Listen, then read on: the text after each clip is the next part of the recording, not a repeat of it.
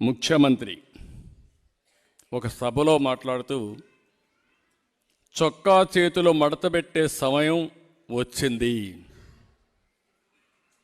చొక్కా చేతులు మడత పెడతాడంట.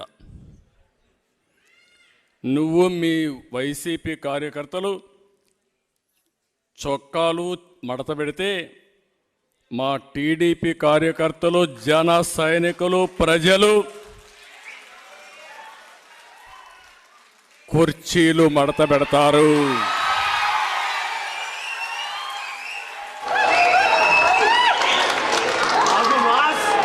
మళ్ళీ చెబుతున్నా,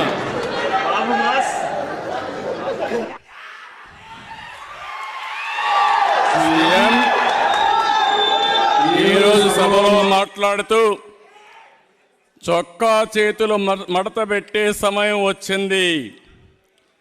నువ్వు మీ వైసీపీ కార్యకర్తలు చొక్కాలు మడత పెడితే మా టీడీపీ కార్యకర్తలు, జన సైనికులు, ప్రజలు కుర్చీలు మడత పెడతారు. అందరూ కుర్చీలు మడత పెడితే ఏమవుతుందో తెలుసా? జగన్ రెడ్డి, నీ కుర్చీ లేకుండా పోతుంది. నువ్వు ముఖ్యమంత్రి హోదాలో ఉన్నావు. ఎన్నికలంటే ద్వంద్వ యుద్ధం. చొక్కాలు, చేతులు కుర్చీలు మడత పెట్టడం కొట్టుకోవడానికి కాదు. ఆ విషయం గుర్తుపెట్టుకొని ప్రవర్తిస్తే మేము కూడా గౌరవంగా ఉంటాం. కబద్దార్, జాగ్రత్తగా ఉండమని మరొక్కసారి సభ ద్వారా హెచ్చరిస్తున్నా. మంచికి కూడా హద్దులుంటాయి. పిచ్చి పిచ్చి కూతలకు వస్తే దానికి పరిష్కారం చూపించే ధైర్యం కూడా 5 కోట్ల ప్రజలకు ఉందని మరొక్కసారి హెచ్చరిస్తూ, మరొక్కసారి ఈ పుస్తకం ప్రతి ఒక్క ఇంటికి చేరాలి. ప్రతి రచ్చబండ, ప్రతి టీ కొట్టు దగ్గరికి అంశాలు చర్చించాలి. 5 ఏళ్ళు నరకాన్ని 54 రోజులు మీరు చర్చించాలి. ప్రజల్ని చైతన్యవంతులు చేసి ముందుకు పోవాల్సి కోరుకుంటూ, మరొక్కసారి ఈ పుస్తకాన్ని రాసినటువంటి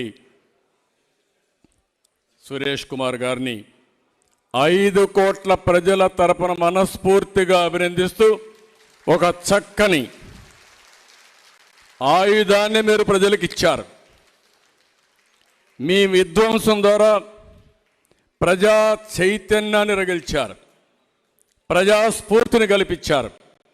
అలాంటి బ్రహ్మాండమైన పని చేసిన మిమ్మల్ని, అమరావతి కోసం అమరావతి రైతులు ఏ విధంగా పోరాడుతున్నారో, మా ఆడబిడ్డలు ఏ విధంగా అయితే పోరాడుతున్నారో, అదేవిధంగా 5 కోట్ల ప్రజల కోసం మీరు ఒక స్ఫూర్తినిచ్చి పుస్తకం రాశారు. మిమ్మల్ని కూడా జాతి గుర్తుపెట్టుకుంటుంది. దానికి మనస్ఫూర్తిగా అభినందిస్తూ, మరొకసారి అందరూ కూడా వారికి అభినందన తెలియజేసుకుంటూ సెలవు తీసుకున్నాను. జై హింద్, జై హింద్.